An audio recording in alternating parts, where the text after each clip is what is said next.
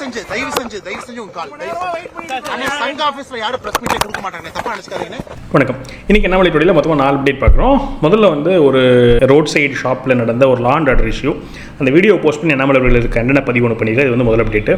ரெண்டாவது, ஸ்டாலின் அவர்கள் நம்ம ரயில்வே பட்ஜெட்டில் தமிழ்நாடு வந்து வஞ்சிக்கப்பட்டுச்சு அப்படின்னு சொல்லிட்டு ஒரு போஸ்ட் ஒன்று போட்டிருந்தாரு. அதுக்கு வந்து நம்ம ரயில்வே மினிஸ்டர் அஸ்வினி வைஷ்ணவ் அவர்களே டீட்டெயில்டாக, அதாவது ஒரு ரயில்வே ப்ராஜெக்ட் பேரை மென்ஷன் பண்ணி அதில் எத்தனை % லேண்ட் அக்விசிஷன் பண்ணுறதுன்னு சொல்லிட்டு ஒரு டீட்டெயில்டாக புள்ளிவிவரத்தோடு வந்து அதை எக்ஸ்போஸ் பண்ணியிருக்காரு. அதை வந்து அண்ணாமலையர்கள் பதிவு பண்ணியிருக்காரு. அது வந்து 2வது அப்டேட்டு. 3வது, தக்ஷிணேஸ்வர் சுரேஷ் அப்படின்னு சொல்லிட்டு திண்டுக்கல் பையன் டேவிஸ் கப்பில் குவாலிஃபையிங் ரவுண்டில் வந்து ஜெயிச்சு கொடுத்துருக்குறாங்க. அவர் தான் வந்து இந்தியாவுக்கே ஹீரோவாக டேவிஸ் கப்பில் வந்து வின் பண்ணியிருக்காரு. ஸோ அவருக்கு வாழ்த்து தெரிவித்து ஒரு பதிவு பண்ணியிருக்காங்க. 4வது, நேற்று வந்து பாஜக தமிழகத்து பாஜகவுடைய ஆர்கனைசிங் செக்ரட்டரி, அமைப்பு பொதுச் செயலாளர் அப்படின்னு சொல்லப்படுற விநாயகம்ஜி அவர்கள் வந்து நேற்று பதவியிலேருந்து விலகியிருக்கிறாங்க. அதை பற்றின ஒரு அப்டேட் சமூக வலைதளத்தில் ரொம்ப போயிட்டுருக்குது. நான் அதை பற்றி ஒரு சின்ன அப்டேட் மட்டும் கொடுத்துக்கிறேன். நாளைக்கு நம்ம அண்ணாமலை டுடேயில் வேறு என்னென்ன நிறைய ரூமர்ஸாக போயிட்டுருக்கு. அதனால் ரூமர்ஸ் நான் ஷேர் பண்ணுறதுக்கு எனக்கு விருப்பம் இல்லை. ஸோ அஃபிஷியலாக என்ன இருக்கோ அதை பற்றி மட்டும் இன்றைக்கி சொல்கிறேன். நாளைக்கு வேறு என்ன அப்டேட் இருக்கோ அதை பற்றி நான் நாளைக்கு அப்டேட் பண்ணுறேன். இதில் வந்து இன்னையோட அண்ணாமலை டுடே. நான் உங்கள் மணியின் கோபி, நீங்கள் பார்த்துட்டு இருக்குது பாசிட்டிவ் பாலிடிக்ஸ். ஆக்சுவலாக லா அண்ட் ஆர்டர் இஷ்யூ சொல்லியிருந்தேன் இல்லையா, அதில் பிரச்சனை பண்ணதே வந்து போலீஸ்காரர் தான். ஸோ அந்த ஒரு 2 minutes வீடியோ சிசிடிவி ஃபுட்டேஜ் மாதிரி இருக்குது. அதை வந்து அண்ணாமலை போஸ்ட் பண்ணி அதை ஃபஸ்ட் நான் ப்ளே பண்ணிடுறேன். அதுக்கப்புறம் அண்ணாமலை என்ன சொல்கிறாருங்கிற சொல்கிறேன். எந்த ஊரா நீங்க? நீ சொல்லாத. எந்த ஊர் நீங்க? எந்த ஊர் நீங்க? சொல்லாத. எந்த ஊரா நீங்க? நீ எதுக்கு அடிச்சா? சார், கையை க்ளோஸ் பண்ணி ஓடி போயிரு. நாளை காலையில காலை பொறுமையை வச்சுக்கா. உன்னை காலை விடியும் பார்த்துக்கோ. ஓட வெளியே ஓட ஓட க்ளோஸ் பண்ணு.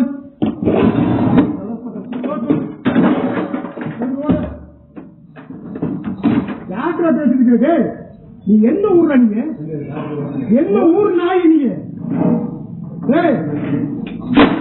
நான் எந்த ஊருன்னு தெரியுமா உனக்கு? நான் எந்த ஊருன்னு தெரியுமா உனக்கு? எனக்கு எந்த ஊர் என்ன மாதிரி ஏதாவது பேசு.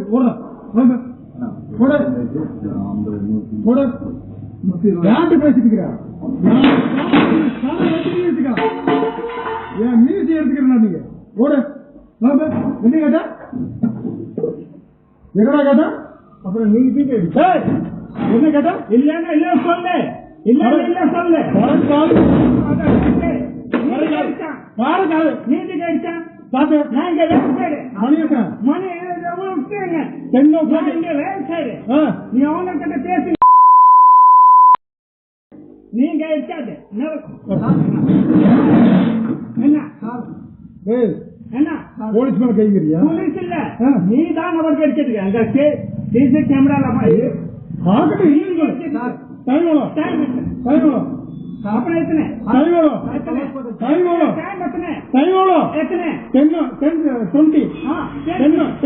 க்ளோஸ் பண்ணு.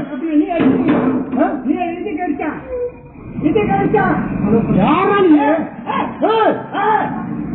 நீ சொல்லாதே. என்ன பண்ணுவீங்க? என்ன என்ன பண்ணுன்ற? நீ மன சேவ சொல்ற. நீ நான் வேற சேவ சொல்லுங்க. என்ன சேவ? நீ வேற சேவ என்ன ப்ராப்ளம் சொல்லுங்க.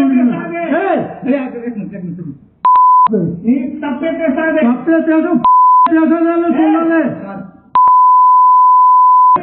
ஏடா என்ன என்ன நீ கேள்வி கேக்குற?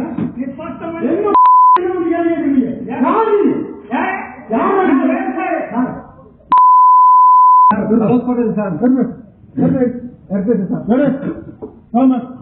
நாளைக்கு யாரு இந்த கடை? நாளை கடை ஓன் வந்து 10 மணிக்கு. சரியா? இந்த கடை நாளைக்கு திறக்குவார். ஊருக்கு போய் வந்து The police are authorized to enforce the law, but they do not have the right to inflict damage on property or to harass, abuse or assault migrant workers merely based on the state they come from. When such conduct is witnessed within the Tamil Nadu state police itself, it is hardly surprising that migrant workers across the state are increasingly subjected to physical and verbal abuse under the watch of corrupt DMK government. It is high time we recognize and acknowledge the indispensable contribution of migrant workers to Tamil Nadu's economy. From the construction of metro rail projects and national highways to residential buildings, factories and small production units, every pillar of our economic activity rests significantly on their labor. To deny them dignity is to undermine our own growth. These disturbing incidents are the inevitable outcome of years of hatred being systematically sown against migrant workers for narrow political gains by DMK. Dakshineshwar Suresh அவர்களுக்கான வாழ்த்து பதிவு. Hearty congratulations to Thiru Dakshineshwar Suresh for scripting a proud chapter for Bharat, lifting our tricolor higher with the memorable win over the present Davis Cup runners-up Netherlands and taking India to the second round of qualifiers with his outstanding performance. He showed remarkable grit, perseverance and composure, winning his singles, stepping up the doubles and then once again rising to the occasion in the decisive fifth match to seal a historic 3-2 victory for our nation. Madurai is proud of its son and India is proud of this new Davis Cup hero. May he go from strength to strength and bring more laurels to our nation in the years ahead. And that is Dakshineshwar Suresh. India 3, Netherlands 2. The tie is India's. The moment eternal. From a small town in Dindigul, far from the grand arenas and global spotlights. அதாவது 5 மேட்ச்சில் மொத்தம் 3 match India ஜெயிச்சிருக்கு, 2 match Netherlands ஜெயிச்சிருக்கு. அந்த 3 மேட்ச்லேயுமே இவர் இருக்கிறார், அது ஒரு special. அப்புறம் கடைசியில் சிங்கிள்ஸ் மேட்ச் தான் ஜெயிக்கிறாரு. இவர் வந்து ஒரு 250 அந்த ரொம்ப பின்னாடி இருக்கார், 400 அந்த மாதிரி ரேங்கிங்கில் இருக்கிறாரு. அவருக்கு அகெயின்ஸ்டாக விளாட்றவர் வந்து அவரோட டபுள் மடங்கு ஒரு 200 பொசிஷன்ஸ் கம்மியாக இருக்கிற ரேங்கோட பிளேயர். அவர் கூட சிங்கிள்ஸில் ஸ்ட்ரெயிட் செட்ஸில் மொத்தம் 3 செட்டு, அதில் ஃபஸ்ட்டு 2 செட்ஸே ஜெயிச்சு பயங்கர கம்ஃபர்டபுள் விக்ட்ரி. ஸோ எல்லோரும் வந்து அவர் தலையில் தூக்கி வச்சு தான் கொண்டாடுறாங்க, அவ்வளோ பெரிய விக்ட்ரி தான். இன்னும் ஒரு ரவுண்ட் இருக்குது, அதாவது இப்போ வந்து ஃபஸ்ட் ரவுண்ட் குவாலிஃபையர்ஸ் நம்ம ஜெயிச்சிட்டோம், செகண்ட் ரவுண்ட் குவாலிஃபையர்ஸ் இருக்குது. அந்த செகண்ட் ரவுண்ட் குவாலிஃபையர் நம்ம ஜெயிச்சிட்டோம்னு சொன்னால் நம்ம வந்து ஆக்சுவல் டேவிஸ் கப்புக்கே நம்ம வந்து செலக்ட் ஆகிடுவோம். கிட்டத்தட்ட ஒரு 30 வருஷமாக நம்ம வந்து செலக்ட் ஆனதே இல்லை. ஸோ முதல் முறையாக ஆஃப்டர் 30 இயர்ஸ் நம்ம வந்து செலக்ட் பண்ணுறோம்னு சொன்னால் மிகப்பெரிய விஷயம். அதுவும் இப்படி ஒரு கிராமப்பகுதியிலேருந்து வந்து இவ்வளோ பெரிய சாதிக்க முடியுதுன்னு சொன்னால் ஒரு ப்ராப்பரான கவர்மெண்ட் பேக்கிங், ப்ராப்பரான இன்ஃப்ராஸ்ட்ரக்சர் இருந்துச்சுன்னா நம்ம ஆளுங்க பயங்கரமாக ஜெயிச்சிருவாங்க, நம்மளுக்கு தெரியுது. ஸோ இது வந்து அந்த ஸ்போர்ட்ஸோட அப்டேட், நம்மளுக்கு பர்டிகுலர் ரொம்ப பெருமை. முதல்ல நான் ஸ்டாலின் அவர்களோட பதிவு வாசிச்சிட்றேன். கற்பனைகள் ஒருபோதும் உண்மையாகாது. ஒன்றிய அரசு தனது நிதிநிலை அறிக்கையில் தமிழ்நாட்டுக்கான ரயில்வே திட்டங்களை புறக்கணித்துவிட்டு தாமதத்திற்கு தமிழ்நாட்டின் மீதே பழி சுமத்துவது நியாயமா? இதன் உண்மையான நிலையை விளக்கி மாண்புமிகு பிரதமர் அவர்களுக்கு கடிதம் எழுதியுள்ளேன்.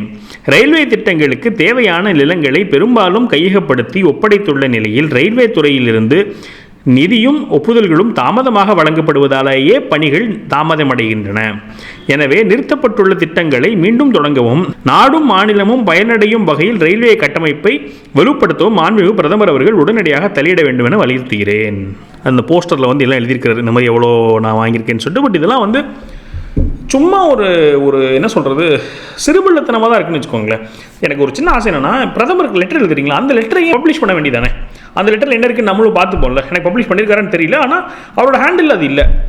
ஸோ அதையும் பப்ளிஷ் பண்ண மாட்டாங்க. ஏன்னு சொன்னால் பிரதமர்கிட்ட பேசும்போது இந்த மாதிரி அரசியல் பண்ணுறதில்லை. அது பண்ணால் அவங்க கோவிச்சுப்பாங்க, ரொம்ப கோவம் வந்துடும் சொல்லிட்டு அங்கே வந்து வேறு எழுதுறதும், வெளியே பப்ளிக்காக பேசும்போது வேறு இருக்கிற மாதிரி தான் வந்து அரசியல் நடந்துட்டு இருக்குது.